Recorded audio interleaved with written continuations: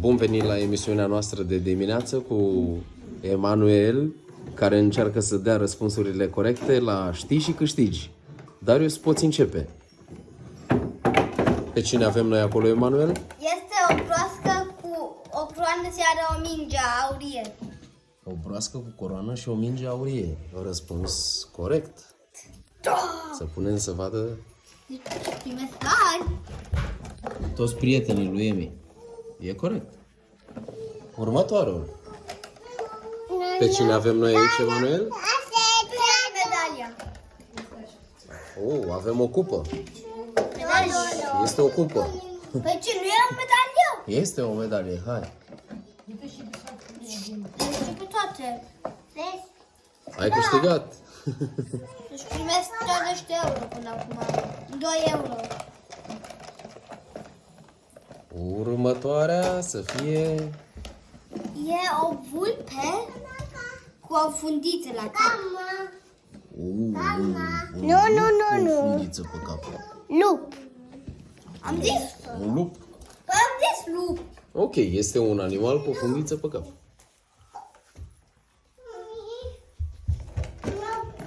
E ușor. Pentru mine e normal așa. Ce avem noi în următorul? Să Ia vedem, unul. Darius. Un măgar. Măgar. Răspuns corect. Măgar. Dar acum... O pisică. Este o pisică? Darius? Este o pisică?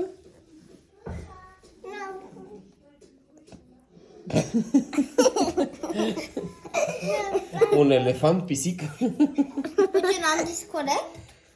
Da, arată ca o pisică înfuriată. Aladin.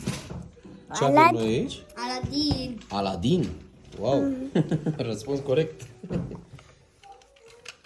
Eu le ghicesc pe Ce toate. avem Până noi acolo, acum Nonu? primesc 6 euro. Oh. Sabin! Sabin! Sabin, nu ce ai făcut. Da, am văzut.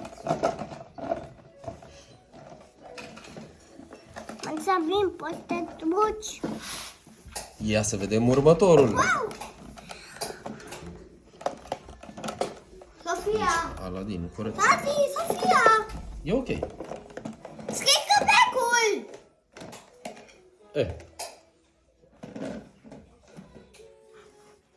Următorul, să vedem. Poți să-l ghișești, Emanuel? Da, pot. Ia să vedem. Ia să vedem, Darius. Care este următorul? Este... acesta, Emi. Uleu, e un african. E un om cu unul cu pătreți. E un soare roșu. Nu, roșu și galben. E un soare roșu și galben. Asta e un soare? Da, soare și roșu am zis. Deci răspuns corect. Ok. E un elefant care are în spate un soare. Da. Nu, inima de ciocolată. Voi sunteți de acord? Este un soare? Da. Da. Ok.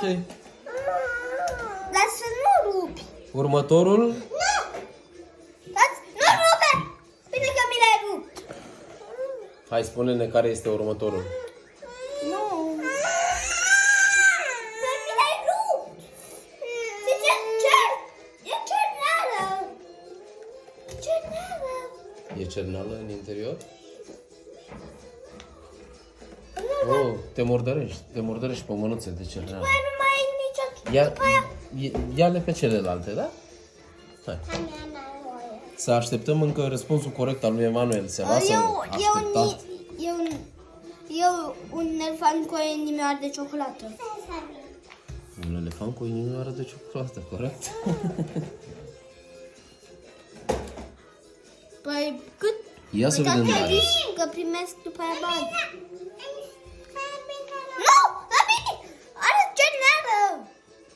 Nu că se murdărește. Se murdărește cerneală? Ah. Hai să Să vedem. nu-i cadă pe mâna lui. Bine, e un păcal. E un pocal. Hai că am vorbit în română din nou. Aladin? E Aladin. Aladin? Ok. Să-l vedem. Mai, papi, tu. Oh, din nou. Chiar era Aladin. Păi de ce nu știu? Dar că să le numeri pe toți, să vezi. Papi, eu nu meu. Vezi? Nu, n-avem voie. O să te văd? N-am văzut cerneala. Cine are de pe tot?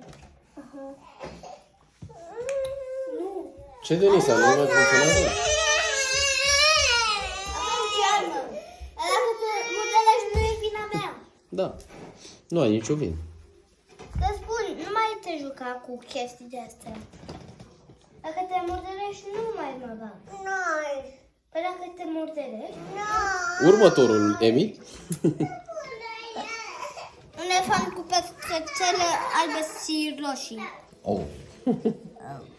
Nu trebuie să mai spunem nimic. Un italian cu un băț.